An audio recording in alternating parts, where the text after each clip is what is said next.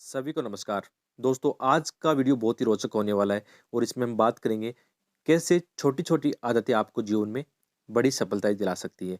यहाँ पे मैं अपनी प्रैक्टिकल अप्रोच बताऊँगा और आपको इस वीडियो से बहुत ज़्यादा लाभ होने वाला है। तो सबसे पहले बात आती है कि आप एक यूपीएससी एस्पिरेंट हो, तो आपके सामने बहुत सारी चुनौतियाँ आती है। आपके बहुत सारे कमेंट और मैसेज में जब देखता हूँ, तो उसमें एक क्वेश्चन सबसे कॉमन होता है कि सर पढ़ाई में मन नहीं लगता, या आप बार-बार प्री में फेल हो चुके हो तो आगे पढ़ाई कैसे करोगे? या बहुत सारी ऐसी अर्निंग की समस्या आती है, मानसिक समस्या आती है कि इनसे मुकाबला कैसे करें? तो एक बड़ा भाई होने के नाते मेरी एक ज़िम्मेदारी बनती है और जैसे हमारा यूट्यूब परिवार भी काफ़ी बड़ा हो चुका है, तो मेरी और ज़्यादा ज़िम्मेदारी बढ़ जाती है, कैसे मैं आपको पढ़ाई के साथ-साथ मोटिवेट भी रखूँ।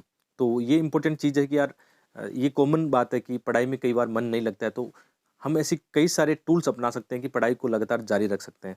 जैसे सबसे पहली बात आती है कि आप छोटे-छोटे सुधार और बड़े बदलाव कैसे करोगे, ठीक है?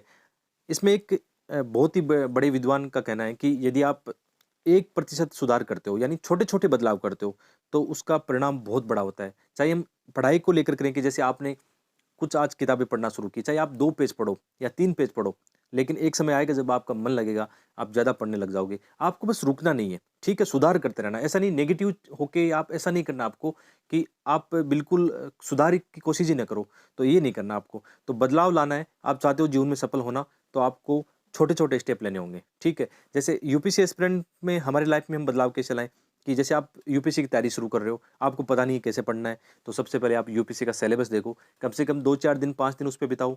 आप उसको सही से एनालिसिस करो। आप उसके जैसे हम देखते हैं कि प्रीवियस ईयर के पेपर हम सही से देखते हैं, तो आपको ये पता लग जाएगा कि यार पढ़ाई मुझे कैसे करनी है। तो आपकी समस्या नहीं आएगी कि मैं पढ़ूँ क्या, कैसे पढ़ूँ, क्या पढ़ना है, क्या छोड़ना है। तो यही मैं चाहता हूँ कि आप छोटे-छोटे अपने ये हैबिट में लेके आओ। जैसे आपका ज़्यादा पेज नहीं पढ़ पाते हो, या ज़्यादा किताबों में मन नहीं लगता है, तो आप यहाँ से शुरू कर सकते हो कि कुछ किताबों से शुरू करो। जैसे एनसीईआरटी किताबें कि आपने 5 पेज पढ़े, तो एक काम करो, आप एक स्टोरी पढ़ो या कोई नॉवल पढ़ो, ठीक है? आप ये ज़रूरी नहीं कि सिलेबस की किताबें पढ़ोगे, आप यहाँ से शुरुआत कर सकते हो और जैसे-जैसे आपका आत्मविश्वास बढ़ने लगेगा, आपका पढ़ाई में मन लग जाएगा और आप पढ़ाई को देखना एन्जॉय करोगे और जिस दिन आप पढ़ाई को एन्जॉय करने लग गए ना, कोई भी एग्ज़ाम की आप जो सफलता की कुंजी है वो प्राप्त कर सकते हो। कोई भी एग्ज़ाम ऐसी नहीं है जिसको आप पास नहीं कर सकते हो। ऐसा मैं अपनी जर्नी में महसूस करता हूँ, क्योंकि एग्ज़ाम तो मैंने पास किए हैं, कई एग्ज़ाम मैंने पास किए हैं, तो मैं बता सकता हूँ कि इससे फ़र्क पड़ता है। तो अब बात करें कि हम अपनी आदतों में सुधार कैसे करें? तो मैं कुकू एफएम पर अभी एटॉमिक हैबिट्स बुक की समरी सुन रहा था। ये बुक समरी बहुत ही शानदार लगी कि कैसे हम अपनी आदतों में सुधार कर सकते हैं।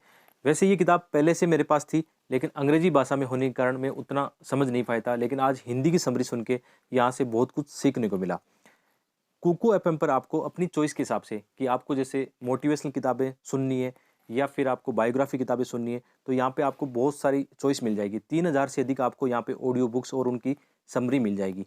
सबसे अच्छी बात है कि कुकू एफएम हमारे मेड इन इंडिया ऐप है, तो इसको 4.5 स्टार की रेटिंग भी मिली हुई है, तो लोग काफ़ी इनको पसंद कर रहे हैं, तो आप भी एक बार ट्राई ज़रूर कीजिए। और सबसे अच्छी क्या बात है कि इसकी वैसे प्राइस 1 साल की ₹399 है, लेकिन अभी एक ऑफर चल रहा है। आप मेरा कोड इस्तेमाल कर सकते हो DJ50, जिसमें आपको 1 साल की प्राइस मात्र ₹199 में पड़ेगी। और सबसे अच्छी बात क्या है कि यार आपकी मतलब एक बुक की प्राइस में आप पूरे साल भर की किताबें सुन सकते हो।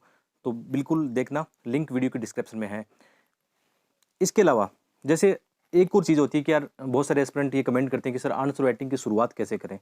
तो आंसर राइटिंग की शुरुआत भी हैबिट की बात होती है कि जैसे आपको अपनी जो झिझक है या मन में जो डर है आंसर राइटिंग को लेकर, उसको तोड़ना पड़ेगा, ठीक है? एक बार शुरू तो करो, चाहे वो आंसर गलत हो या अच्छा हो या बुरा, उससे फ़र्क नहीं पड़ता है। आपको एक शुरुआत करनी पड़ेगी। आप सबसे पहले एक पैराग्राफ लिखोगे, फिर मतलब एक क्वेश्चन का आंसर लिखोगे। धीरे-धीरे आप आंसर राइटिंग या मॉक टेस्ट अटेम्प्ट लोगे, तो ईज़िली आप आंसर राइटिंग की एक हैबिट बना सकते हो और अच्छा आंसर तभी होगा जब आप चाहे बुरा लिखो, एक बार शुरुआत तो करो कम से कम। हमेशा जब शुरुआत करोगे तभी एक अच्छा आंसर लिख पाओगे। जैसे आप मुझे देखते हो कि मैं आंसर राइटिंग की वीडियो बनाता हूँ, आंसर राइटिंग करता हूँ, बहुत सारे मॉक टेस्ट भी लिखता हूँ। तो इसकी शुरुआत ऐसी हुई थी कि यार कैसे हम क्या कर सकते हैं कि एक हैबिट बना सकते हैं। इसके अलावा एक इश्यू सबसे इम्पोर्टेंट इश्यू होता है कि आप अपनी हेल्थ को इग्नोर ना करें।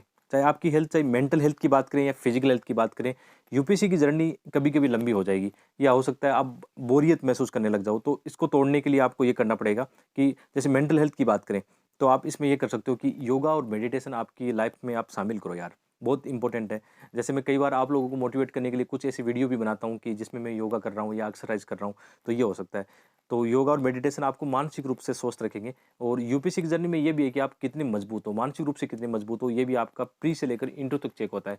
कई बार जैसे आप प्री के एग्जाम में घबरा जाते हो, तो ये सब चीज़ें कैसे दूर हो सकती है? आप लगातार यदि योगा और मेडिटेशन कर सकते हो, तो ईज़िली इन चीज़ों को कर सकते हो। अब योगा और मेडिटेशन कैसे करना है, तो बहुत सारी यूट्यूब पर आपको अच्छे वीडियो मिल जाएँगे, उनको आप देखिए और मेडिटेशन सीखिए, एक बार ट्राई कर सकते हो, थोड़ा-सा ध्यान कैसे करते हैं, ऐसी अच्छी वीडियो मैं भी यूट्यूब पर देखता हूँ, इनसे मुझे बहुत ज़्यादा लाभ होता है। और ये है कि अर्ली मॉर्निंग में जैसे मैं सुबह 5 बजे यहाँ पे गाँव में रहता हूँ, 5 बजे उठ जाता हूँ, तो 5 बजे की यहाँ पे बहुत शांति होती है। वैसे भी मैं खेत में रहता हूँ, तो यहाँ पर एक प्राकृतिक लाइफ़ कह सकते हो, बहुत अच्छी है यहाँ की और अच्छी मतलब चीज़ें हैं। इसके अलावा फिज़िकल एक्सरसाइज़ बहुत ज़रूरी है। जैसे आप दिल्ली जैसे शहर में रह रहे हो, तो वहाँ पे सारे दिन कमरे में बैठे-बैठे या लाइब्रेरी में बैठे-बैठे बोर हो जाते हो, तो फिज़िकल एक्सरसाइज़ करो अपने हिसाब से। तो मिलते हैं एक और वीडियो में, आप सभी का बहुत-बहुत धन्यवाद।